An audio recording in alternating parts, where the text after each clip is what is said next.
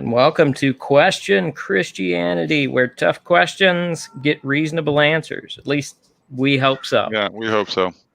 So welcome to the show. We are back. I know we've had a little bit of a hiatus just due to schedule conflicts and people being out and all kinds of stuff like that. So, but we're finally back. We're going to be resuming today in Is God a Moral Monster by Paul Copan. So we're going to be in chapter 5, right?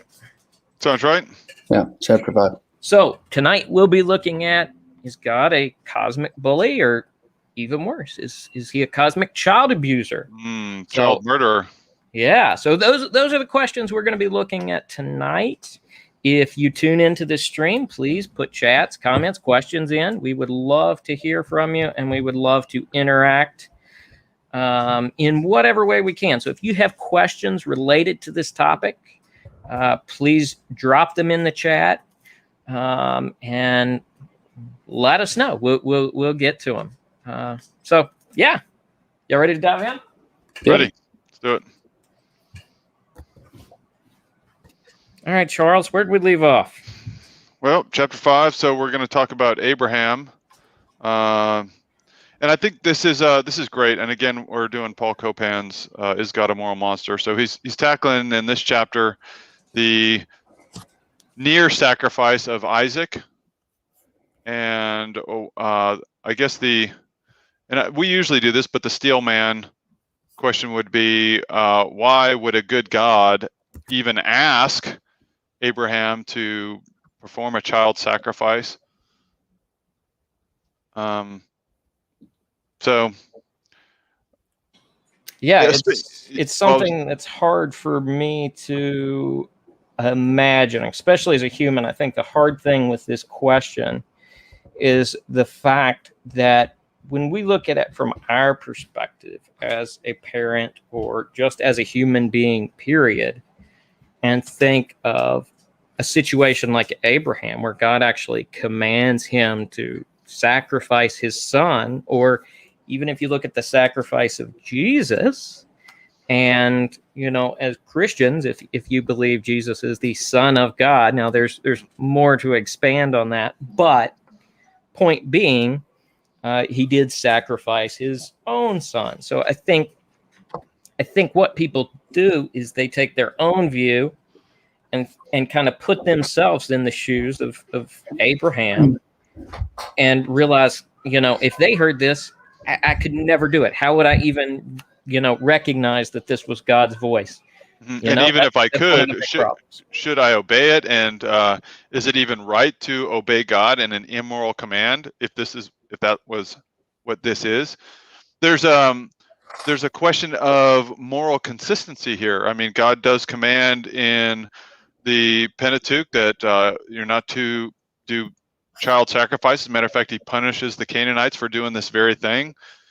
And then all of a sudden, well, it's not all of a sudden, it's actually before, but in Genesis, we see that he's telling Abraham to do the very thing that he later condemned. So either God is inconsistent, or maybe there's just an error in the record. One author of the book kind of forgot that, later on, this was going to be something that was frowned upon. Not to mention the moral. Well, I think all of us sitting here could certainly say it's wrong. It's horribly wrong to even fathom sacrificing your own child. That's certainly not the Christian moral. So then now we have a problem, though. If we say that, then now we got a problem, because in Genesis, there it is. It's pretty clear. Abraham, take your son, your only son, and go sacrifice him. Yeah, I mean, that's a pretty blunt command. Just the idea, I mean, for anybody who's a parent, of course, and I think this is one of the things you were hitting on it. For any of us who are a parent, we love our children, and there's nothing, no matter how irritating they may be, there's nothing that actually ever makes us wish harm upon them. And not for sane, normal parents. Yeah. And, I've heard it said that in this case, I don't think that it was necessarily God's intention that he would kill his son, but that he would honor God. And I don't know how to state that really well, because right now we're hearing God's voice, came to Moses, oh my goodness, Abraham, and said, kill your son, your only son. Well, first off, I do want to kind of point out, it's an interesting thing. He says, kill your son, your only son. Wait a second. There was this other kid that was born too. Ishmael. What about that? And in a way, what we're seeing here is we're hearing God say, look, I'm really defining your family and your lineage is through this boy, through whom or who you had with your wife. And then, but back to the point of the sacrifice, again, you know how sometimes there's a request and the request isn't really what you're asking for. You're asking for something else underneath. And I guess that's kind of what's really happening here. God knows what his actual request is going to be. He also knows that Abraham is going to be faithful in this. And at that same time, he is saying, Abraham, I want you to do this. And ultimately, it's not so much that I want you to kill your son, is I want you to give him to me. Yeah, because I feel like maybe people who aren't familiar with this story, or it's just become kind of a rhetorical attack. Let's dissect it a little bit and tackle one thing at a time. Whatever else may be true, it's very certain that God did not want to actually sacrifice Isaac, right? The idea that God wanted Abraham to actually kill his child is off the table, because the text makes that super clear. Like what he told Abraham to do is one thing, but what he actually wanted is another. So we can at least say, I mean, we're going to work our way through this, but we can at least say is God didn't actually want a child sacrifice. What he wanted was a show of extreme faith. That's two different things. And there's still some problems there we got to talk through, but we're not talking about a God who actually desires child sacrifice. That is removed. That's off the table. Sure. And I'm curious if there's something to maybe us reading the passage or having the passage, kind of, let me go through it. Would you guys be up for that? Sure. So it's actually in Genesis chapter 22. Go ahead. Pete, before we start this, I'm just going to show a couple of representations that I was able to find real quickly online of how this is kind of represented. So we'll get to meme form here in a minute, but here's typical children's Sunday school kind of thing. Yeah. You got a little more dramatic. You've got the humorous ones. Yeah. and this is how this whole sacrifice is represented in pop culture. Just to show comparison, how it's represented, how it's thought of. Take it away, Pete. Go ahead and let's drive in, look at the actual text. So it's in Genesis chapter 22. So that's the first book of the Bible for those who may not be aware. It starts in chapter 22 and goes from verse 1 to verse 19. It's not an extraordinarily long passage. It says, after these things, God tested Abraham. Let's start there and say tested. Okay. I just want to kind of key in on that word for a second. God tested Abraham and said to him, Abraham. And he said, he being Abraham, said, here I am. Here am I, yeah. Then God said, take your son, your only son, Isaac, whom you love, and go to the land of Moriah and offer him there as a burnt offering. Can I stop there? Are we allowed to interject as we go through this, or do we want to do it at the end? It's up to you. You go for it. One of the things that I think is so often overlooked is that one thing right there. Go here and do this. I mean, we hear all over and over again, okay, Abraham, take your son and sacrifice him. But there's that very important thing, which is, I don't want you to just go anywhere. It's like, don't just go outside your house. Don't go to the barn. Don't go behind the woodshed. It's like, Abraham, take your son and go way over there. It was, how far of a journey was it? It was like, I think it says. I'm actually not sure. Okay, but it was in a second. Yeah. Whatever it was, it wasn't local. It was go to the land of Moriah and sacrifice him there. That becomes really super important, and usually forgotten. It's like, go here and do something. Okay. Right. And the GPS actually, gives him directions on the way too, because it says, go to the land of Moriah and offer him there as a burnt offering on one of the mountains, which I'll tell you. So now you didn't get the final. What does Moriah mean? The land of Moriah. That's Moriah. I don't know. Yeah, this is definitely one of those passages where I wish I had, that depth of knowledge. It means provision.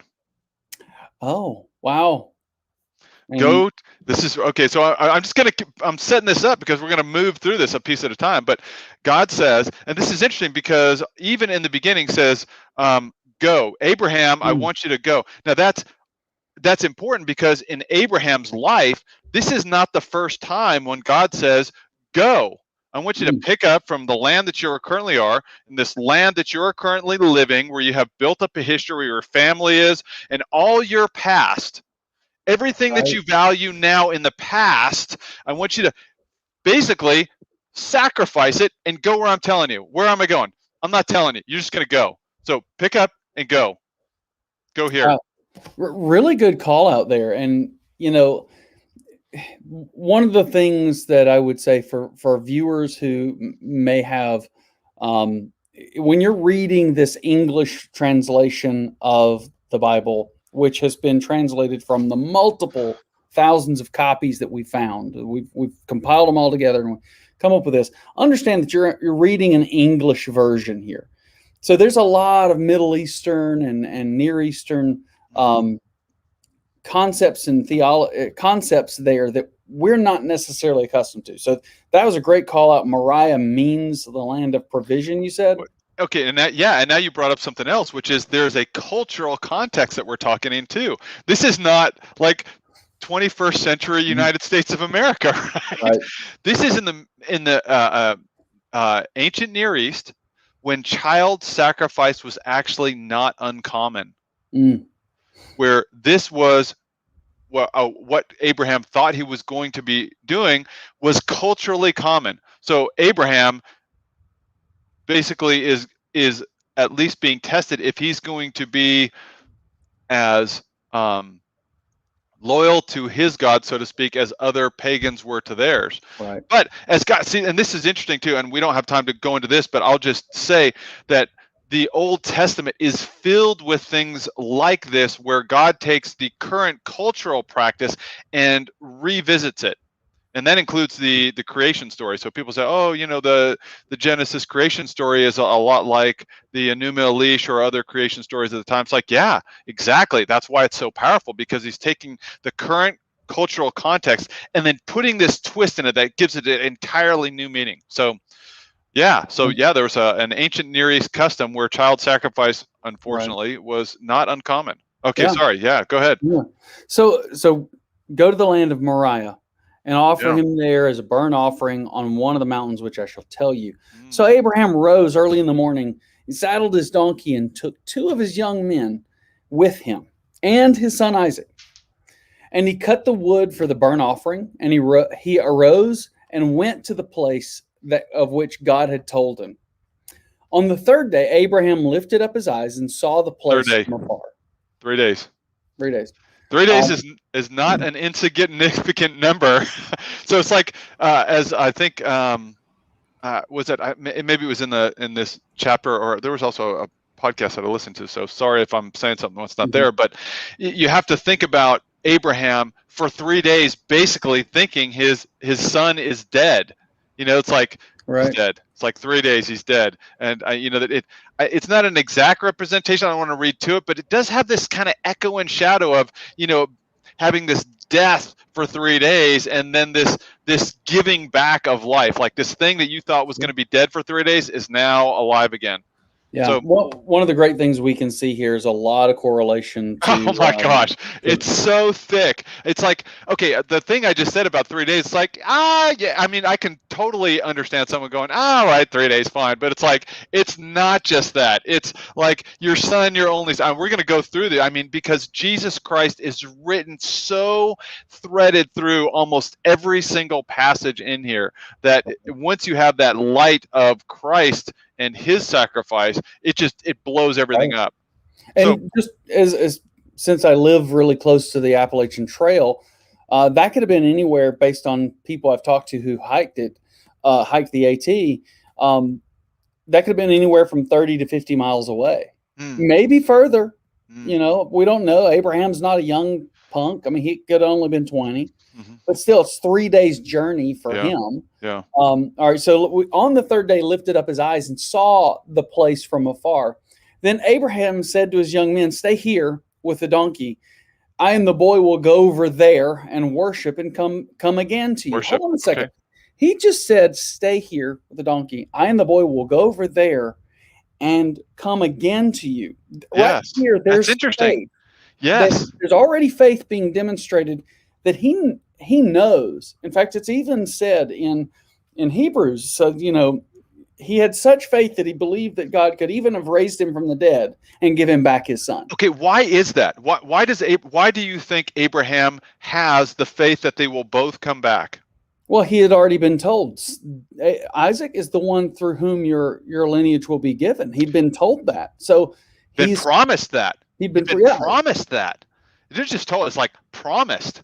That's true. That was a much more, for us in the West, the idea of a promise, you know, is a much more light thing. For them, it was life and death in many cases. Yeah. Well, okay. So let's talk about that just for a second. So what type of promise are we talking about? So if you back up to just after Abraham's call, you have the promise, this Abrahamic covenant that God makes to Abraham, which is really super. Again, we have another use of an ancient Near East custom being close and then totally flipped on its head. What happens in that Abrahamic covenant there, which is you have the vassal, which is Abraham, the lower, which is supposed to make a promise to the higher.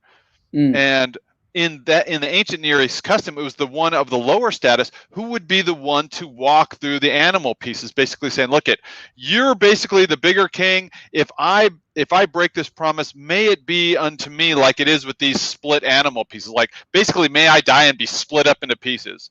Like may I be basically, if I break this promise, may I be slaughtered. And so the Lord takes that practice and says, Abraham, I'm going to promise all this. And before you even get a chance to walk through the animal pieces, I'm putting you to sleep. I'm going to walk through. It was like, what? You? The Lord? Yes. And God says, if any one of us should break this promise, may I be slaughtered. May I be slaughtered. And of course, the Abraham's children do break that promise. And then we see that fulfillment on Golgotha. But just to go back, I mean, we have this not just a promise, not like, hey, Abraham, I think this is what I might do for you in the future. We have basically the God committing to a blood covenant that his offspring through this certain child will fill the earth. So currently we're at the foot of this mountain, or not far off. And he said, look, the boy and I are going to go over there and worship and come again to you. So we've already seen that there's faith that there will be a return of both. And Abraham took the wood of the burnt offering and laid it on Isaac, his son. Also another great image. Wait, can I go back? I'm sorry. I still want to go back to the promise. Because I think it's really important. Again, usually the errors that we have in looking at these things are when people take a certain verse or even just, you know, the thread of the story and don't understand the context behind it. And my personal experience in apologetics has been some of the most hardest to understand passages or stories become the most beautiful and enlightening when you understand the correct context. We're not pushing anything in here. What we're doing is going back and putting the correct context in this. Okay, so what I was going to say about the promise is I saw this really cool video about some missionaries who went down to South America. And in their process of witnessing to this people, I just think this is one of the coolest things I've ever heard of. I don't remember the name. Maybe if someone knows, they can put it in the comments and Facebook or something. But what they did is the first, I think it was like 6 months, they didn't say anything religious. All they did was learn the language. It's like we got to learn how to talk to these people. And they didn't try to bring it in soon. They just learned the language. And then as soon as they understood the language, then they said, we want to tell you a story. And well, I think they told them like basically where they were, like showed them a map and gave them an idea of context and stuff like that. And then they just went through from Old Testament to New Testament. And they told the story like that. And when they got, so this is Genesis, so it wasn't that very far. When they got to this part, and so these people are hearing this, you know, they've read Genesis 1 and then Genesis 2, and they've gotten to this part, and so they understand the promise. Now we have to remember, not only did God make a blood covenant with Isaac, but he also showed miraculous intervention. Like Abraham was like 100, Sarah was like 100 years old. Mm-hmm. They had a miraculous child. She was way beyond childbirthing. So it wasn't a voice without proof, like some schizophrenic saying, you know, I took some mushrooms and I think I hear something. There was a miraculous event to validate the voice of God. I want you to do this, and so you know that it's me, I'm going to let you have a kid when you're 100. And so we have this validation of a miracle. So we see God's intervention. It's like Abraham saying, "Well, I thought I heard God, but now I know that was God because we had a child when we were 100." Right. So there's that validation. Okay, so they told these people what was going to happen, or they didn't tell them what was going to happen. They just read the verse, and when they got to this part right here, they stopped. Like for the evening, they stopped and they stopped reading, and you know, the official reading, and they kind of let them think about that, and they went around and interviewed them and said, "What do you think is going to happen?" Because there's this absolute apparent contradiction.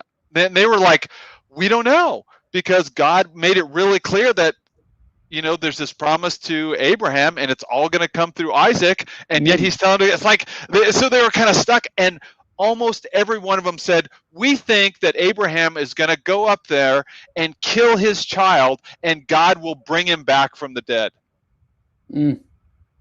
That was the contextual, most common understanding when this story was told, again, in context. I think that's amazing. Yeah, it's foundational in faith, that when God not blind faith, by the way, not blind faith. Right. It was demonstrated. Hey, yes, I'm going to give you a son. He had a son. Hey, yes.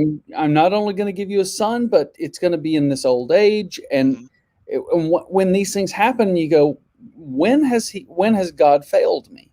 Many of us in the West will say that God has failed us because we have not seen, we've not seen the ways that he has actually blessed us. Anyway, so we get to this part where he's got Abraham. Sorry, I want to close this loop, and I just want. This is probably one of the most important passages, I think, in the thing. Whatever else we're going to talk about, I think Abraham's statement that we will both come back is absolutely justifiable given his history and the promise of God. Mm-hmm. That is critical to understanding everything that happens afterwards. That Abraham believes that they're both going to come back and is justified in that belief.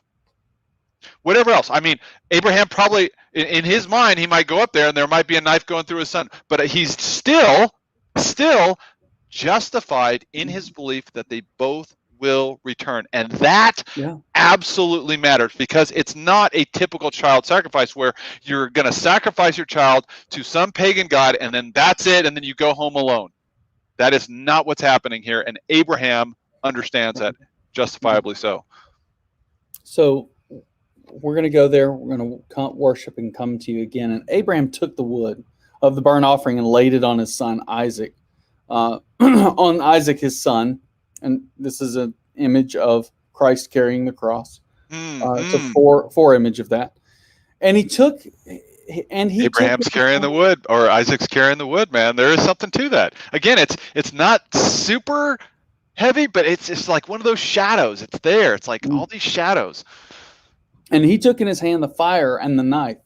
So they went, both of them together. And Isaac said to his father Abraham, "My father." And Abraham said, "Here I am, my son."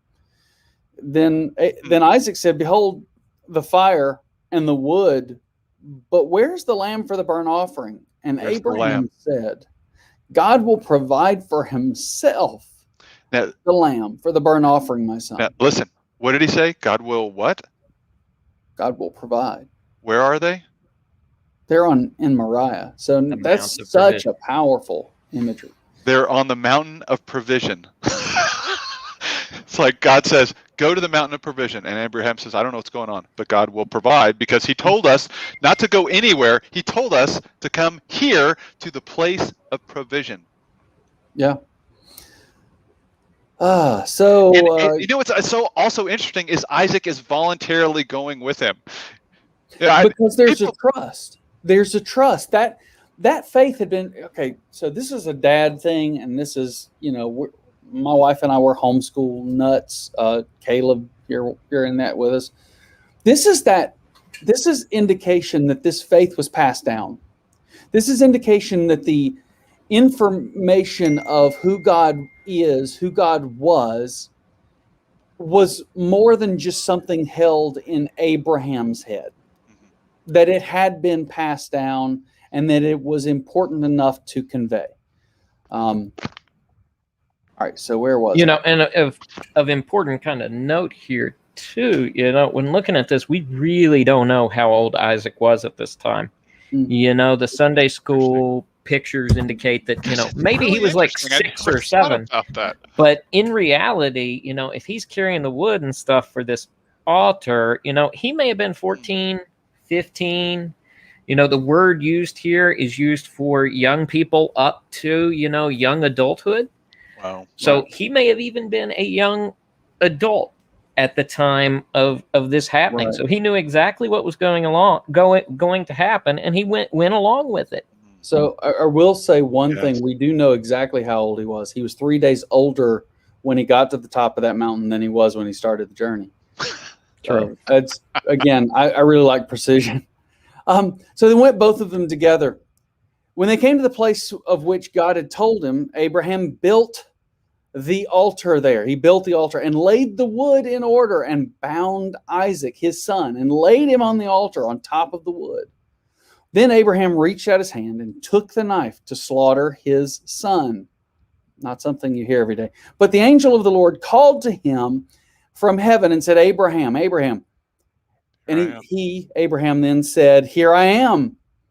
Apparently announcing where you are is a commonplace thing. I'm sure that's actually a different phrase there. He said, "Do not lay your hand on the boy or do anything to him, for now I know that you fear God, seeing you have not withheld your son, your only son, from me." Wait. So just to be clear here, the angel of the Lord is saying that you have not withheld your only son from me. From me. Yes, I'm glad you said that. Who is it that's saying withheld from me? If it's withheld from me and God's the one who commanded it, who is the angel of the Lord we're talking about here?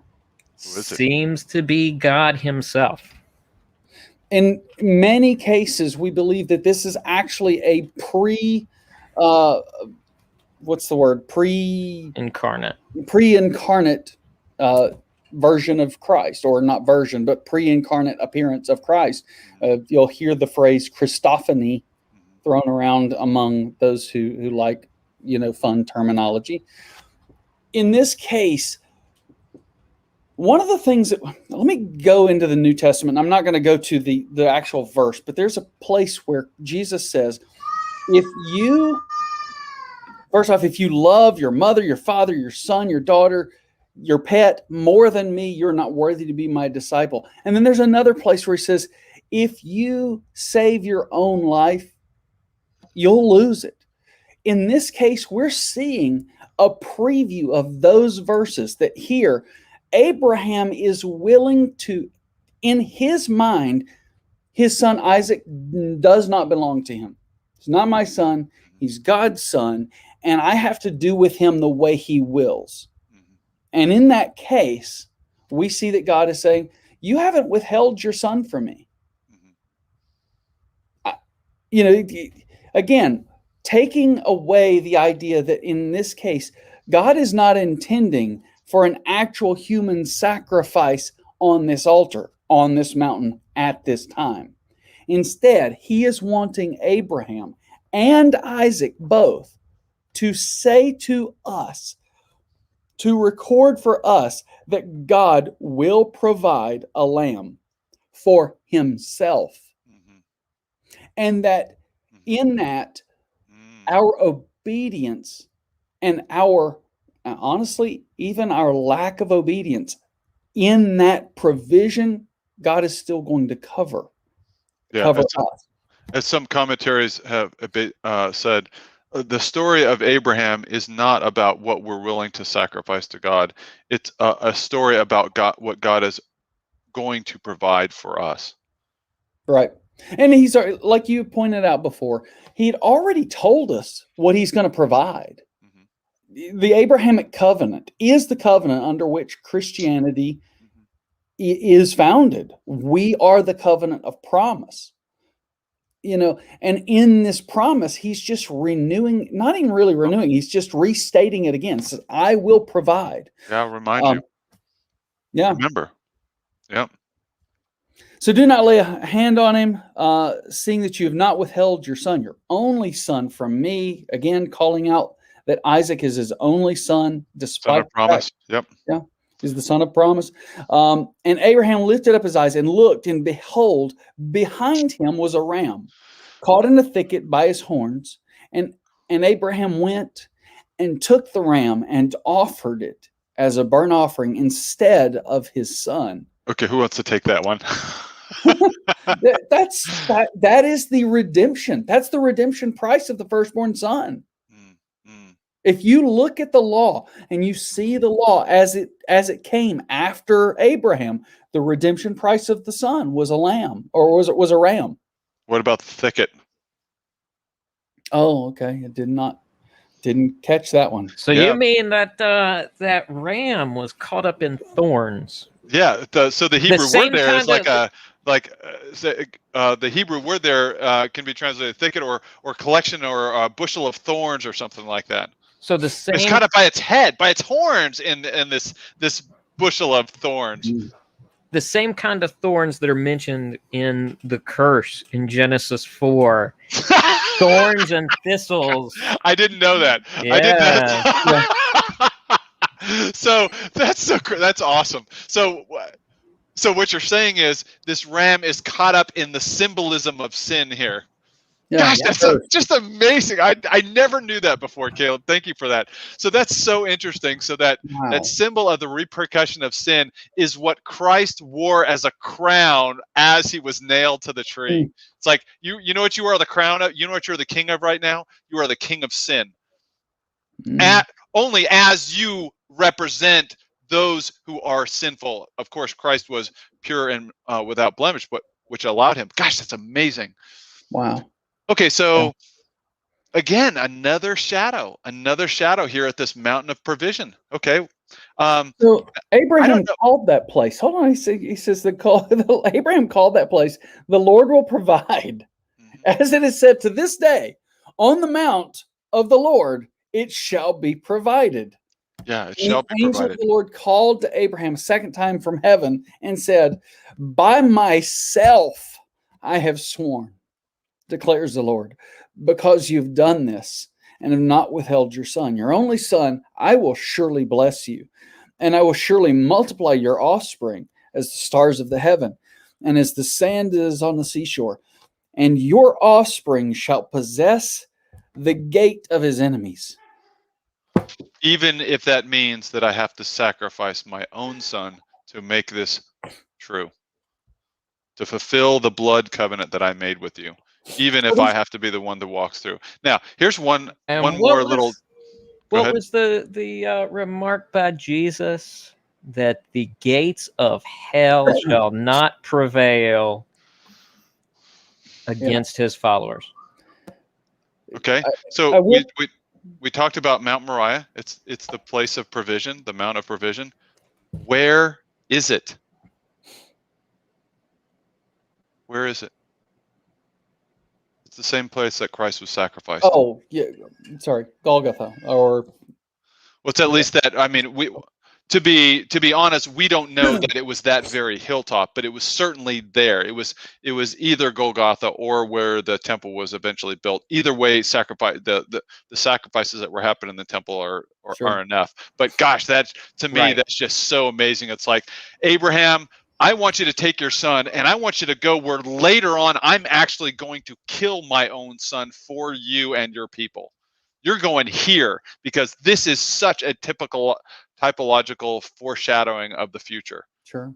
So we ended up here, it says, and in your offspring shall all the nations of the earth be blessed, because you have obeyed my voice. So Abraham returned to his young men, and they arose and went to Beersheba, and Abraham lived at Beersheba. One thing I will point out, and this is actually mentioned in the New Testament, where Paul is referring to this promise here. It says, in your offspring shall all the nations of the earth be blessed. And he points out, says it doesn't say offsprings. The weird thing is, those of us who speak English, we go, well, of course, because offspring is both singular and plural. But in this language, there would have been a word for the singular and there would have been a word for the plural. And in this case, he was very specifically singular. In your offspring, your single offspring, shall all the nations of the earth be blessed. And he wasn't talking about Isaac. While it's definite that Christ came from Isaac, he was talking about a different offspring. It's such a powerful story here. And the problem is that, again, it's 19 verses of text. There's a lot of cultural stuff that's here that when we reduce it to just the English version, that we get this reductive, well, God's a moral monster, he's a child abuser, that kind of thing. We don't gather what was really in the culture at that point in time. And I couldn't do it justice, honestly. But when Abraham was standing in that moment, when he was standing on that hilltop with all those stones, having built an altar with the wood laid out to burn the sacrifice, with the knife in his hand, he was probably just thinking about, back in the day when he lived in the land of the Chaldeans. I mean, this wasn't uncommon. He wasn't. I don't know if most people know this, who might be watching at this moment. Abraham wasn't a Christian. And I'm not just trying to be funny here. He wasn't a Christian. He wasn't even a Jew. He was a Chaldean. He was an idol worshiper. And he was called out of that into this new covenant. That, like you said, God made this covenant with a guy who wasn't even worshiping him to begin with. Yeah, man. He made this promise. Says, he didn't walk down the aisle and say a quick prayer. There was no decision for Christ in his little, in the front of his Bible at the moment. Yeah. There was no moment of repentance. He was pulled out of sin by God. And in this moment, he is being told, trust me. And Abraham looks at him and says, well, look, I've seen you come through. I trust you. And that trust is written about thousands of years later in Hebrews, where he says, look, Abraham, the father of the faithful, believed God, and it was accounted to him as righteousness, that he would even see his own son raised from the dead in that obedience. Again, I want to make sure that we point out that, yes, in this text, you do see the indication that God said, I want you to go sacrifice your son. We can't deny it. He said it.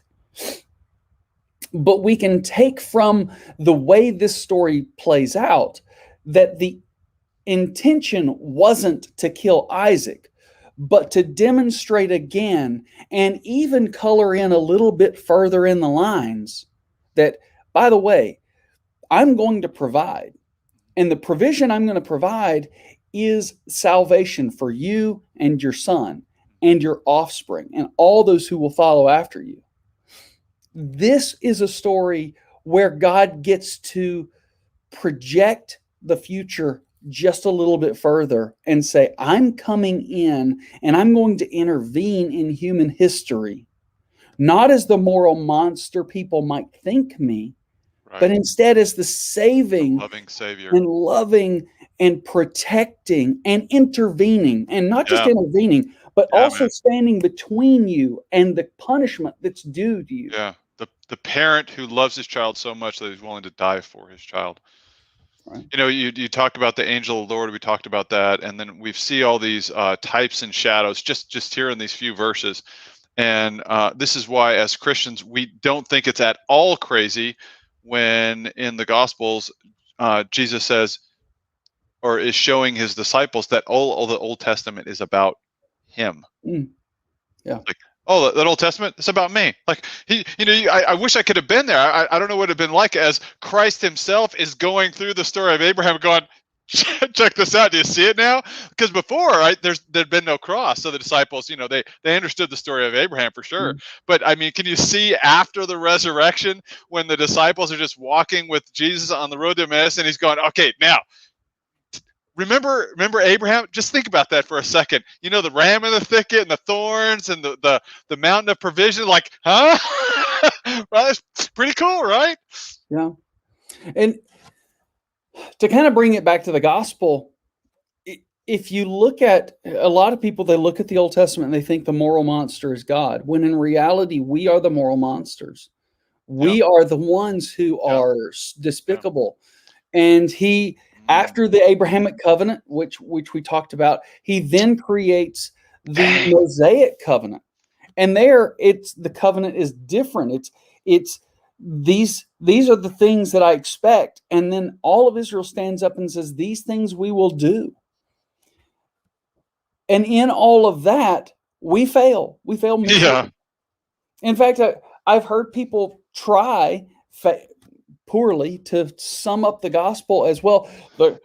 And this isn't the gospel, but I've heard even preachers say this. Well, the gospel is to love God and love others. Well, I hope wrong. not. That's the law. That's the law.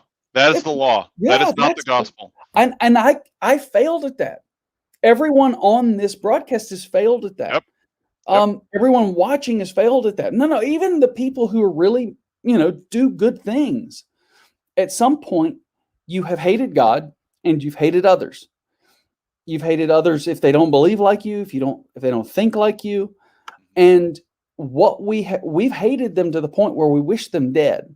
And I think, Charles, you at one point had said that in reality, if we were left to our own devices, every hatred would become murder and every curse would become blasphemy. No, it's not me, but I think that's true. I mean, well, just look at this story. I mean, we talked about, you said, I like that. We are the moral monsters. Hey, God didn't intervene with the Canaanites and have them literally sacrifice their own children. We did that on our own. That's what we do. Mm-hmm. We're the ones who actually kill our children. By the way, we're still doing that right now. Right. So proof, like, oh, that's just not an old thing that we used to do. No, we're still like killing our children by like what is it, 3,000 a day or something like that. Right. So yeah, we're still up to our old tricks. We are absolutely the moral monsters, and yet God still intervenes and rescues us at His own expense. Anyway, as we continue down the path towards what the gospel really is here, in this moment, what we're seeing is that God provided His own payment, His own appeasement. Mm-hmm. In the New Testament, we hear the word propitiation, the doctrine of propitiation. It isn't, some have said that the doctrine of propitiation, well, when Jesus went on the cross, He was apologizing to God. By no means is it an apology. It is something receiving the punishment. Payment. It is the payment. It's actual payment. It's not symbolic payment. It's actual payment. Right. So let's maybe we could talk about that because maybe we've just I feel like we did well. I feel like we did a pretty good job, at least with the Abraham part. But now maybe we've just kind of kicked the can down the road, said, okay, fine. Abraham didn't kill Isaac. I can see where you're going, but God still killed his own son. That's kind of a child sacrifice. So maybe that's, as we've heard it said, cosmic child abuse. I think we've got that to still deal with, and we also have to deal with, I think the confusion for some people comes in, why would God command this for any reason? Even if Abraham knew it, even if, with all the context we've given in looking at this, I think the objection from people still exists that why would God command him to do something morally wrong? I think from a philosophical standpoint, we've got to take a quick look at that as well. Okay, I feel comfortable with that. Do you want to stab at it first? Yeah, so the book goes into it. I'm going to explain it a little differently.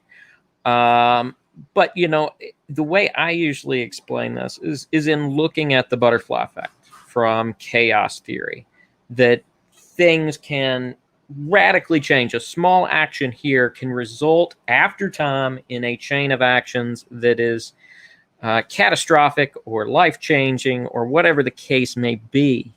And as humans, we're in such a limited place of knowledge that we have to make moral decisions based sometimes on incomplete information. We only have so much information we can put into making a decision. God is not under that same restriction of time that we are. So he knows what the ultimate result of any given action is going to be. And God, if anybody can say something that is a correct action, even when it seems morally wrong from a temporal perspective, God can still be fully justified in making that action because he has all the information he needs. So if he gives a direct command that seems contradictory to moral law, that can be justified because of his view outside of time. That's my perspective on it anyway. So fair enough. To give an analogy, when you think about, if you've ever watched some of these folks who set up these giant rooms full of dominoes, they build these constructions of dominoes knowing that once everything's set up and they hit this domino, once they get good enough, they can kind of go, you know what, at about the 1.5 minute mark, this area right here should be falling. They not only know the timing, they know kind of what should be happening. And I understand we're talking about flawed humans that sometimes set them up and something goes wrong.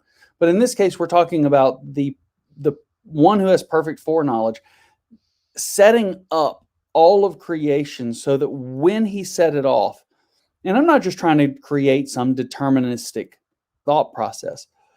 What I'm trying to say is that God had set up maybe even just his own inflection points, that he knows that things are going to come to these points.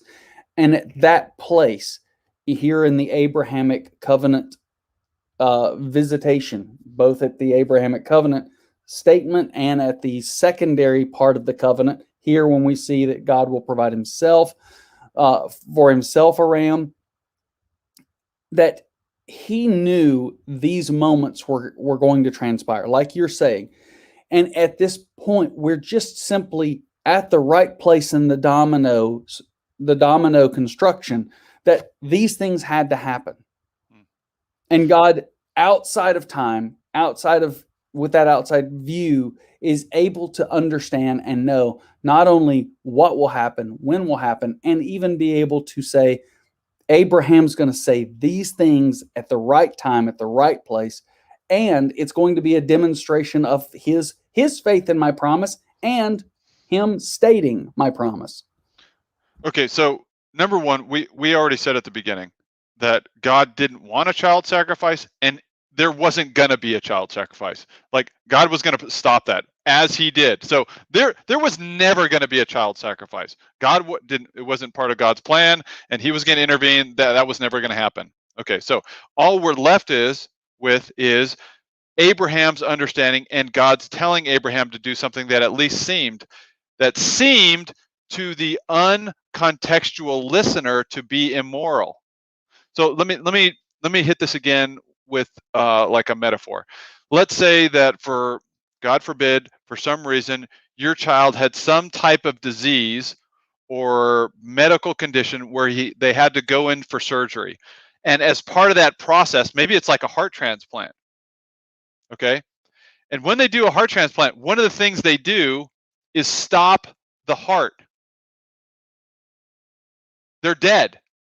I mean, they're dead, but they're not dead. But I mean, and again, I'm making a metaphor, but as part of this process, and you're going to a doctor that's really trusted, like he's done this, he's very successful at this. They go in, they stop the heart, they take a new heart, they put it in there, then they restart the heart again, and the child is alive at the end, although they were dead in the middle. Right? And sometimes they'll like cool the body down, like, you know, like they do, that has happens in cold water drowning. So like the person's dead. It's like, you know, the heart stopped, blood's not flowing, body temperature's way down, they're dead. But we're going to bring them back. Is it immoral for a father to bring his son to a doctor that's going to do that procedure? In my mind, that's what's going on here. This is not Abraham taking his son to be killed forever. He doesn't know exactly what's going to happen, but he knows that his son is going to live. That is the key to understanding this. That's why I hit this so flippin' hard at the beginning. The son is coming back. He said to his servants, we're going to come back. And what happened? It's like the last verse we read. And they came back. And they came back. And he was justified in thinking that. That's the other key part. He was justified in believing that, just as we'd be justified to going to a doctor that's going to do a procedure. Doctor says, look it, we're going to kill him, and then we're going to bring him back. Hopefully have a little more bedside manner than to say it like that. But that we got to stop his heart. But it's going to be okay. I've done this like 1,000 times. We stop the heart. We put a new one in. He's dead for a little while. Then we bring him back, and he's going to go home, and he's going to be fine. Okay, fine. I, as a loving father, will take my son to do what the doctor, whom I trust and who I believe is a moral person, I'm going to follow his directive because I trust him and my son is going to live. It is not Abraham thinking that his son is going to be dead forever. That's not what happens here. That is not the story. That is the misrepresentation of the story. Abraham believes his son is going to live. He doesn't know how, but he knows that he's going to the mountain of provision. Now, what about cosmic child abuse in the 4 minutes that we have left? The easy stuff, right? We can do this. Well, we can even do it later. I mean, 4 minutes is a lot, or not a lot. One of the problems here again goes to so we're going back to talking about God killing Jesus. Is that child abuse? And I think there's a common misunderstanding here, and it requires a twisting of the Christian view for this to work and to be something that's used against Christianity as it is. Christians believe in a Trinitarian God. So God important. That is so important. Yeah, a God that is one what and three who's. So we are one what and one who. We believe God exists as one what and three who's. So he is multi-personal. That means God. He requires nothing from humans, not even relationship does he need, because he already has it within his own being. So what that means is that when you look at this, yes, God is killing his son, but he is taking that burden upon himself. He, as we've talked about in this passage, when God walks through the pieces of animals that are laid out. Yes. He's the one who's taking this on himself. This is, again, so just to interject, I'll let you finish, but this is the angel of the Lord. So this is that who is walking through the pieces. Right? We said one what and three who's. It's that who. Yeah. It's the Christ who. It's amazing that in these moments we're seeing, with Abraham and further on through Scripture, in the places where, again, the Christophany, the appearance of the angel of the Lord, Christ himself, it's always in a place where he is providing. Well, maybe not always, but the way I've seen it is he's either providing the protection. For example, you even take to the place where he goes into Sodom and he rescues Lot, and he's rescuing. Yet there's still destruction, but he is rescuing, and he's doing it as a provision for himself, of himself. But even in the cross, he's providing in and of himself. I'd add to that anyone who levels the claim of child cosmic abuse should at least listen to what Jesus himself says on the topic, because he does say something about it. And he says, "No one takes my life from me. I give it willingly." Charles paraphrase, right? So this is abuse is what? Is someone doing something to someone that they wouldn't want done to them? That's abuse. I suppose you could say there's also an abuse where maybe the abusee is a willing participant just out of ignorance, like they don't know that's anything better. But surely we're not going to say that about Jesus, where he's just like, oh, I think this is good. Like we're talking about the third person of the Godhead, who is God himself. He's not ignorant of what's going on here, and he does it willingly. He does it to rescue a people for himself. These are his children. He's rescuing them despite us being, as you said, Pete, despite us being the moral monsters that we are.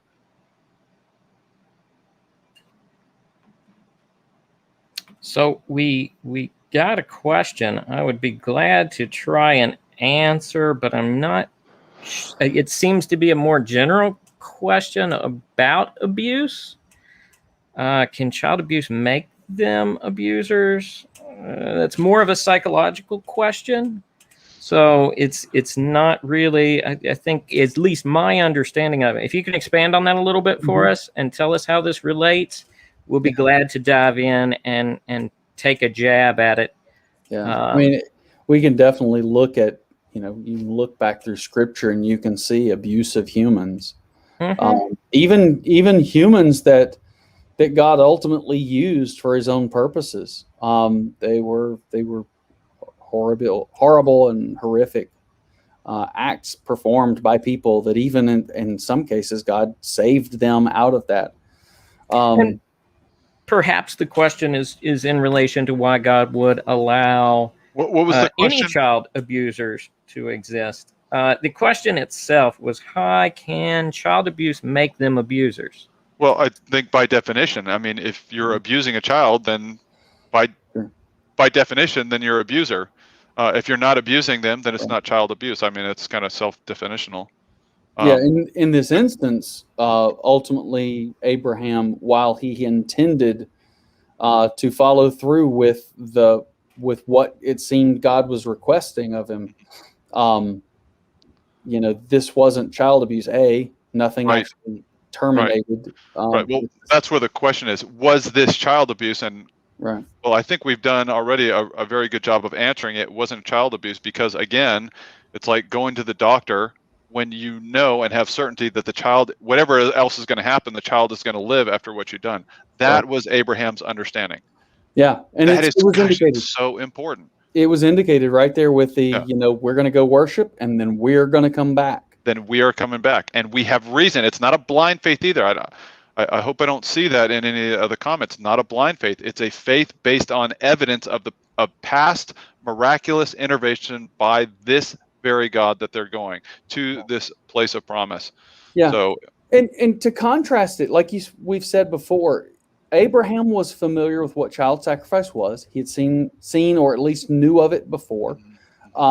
It was common practice in his day, but every single one of those instances, the child was sacrificed, the parent lost the child, and the parent left without the child.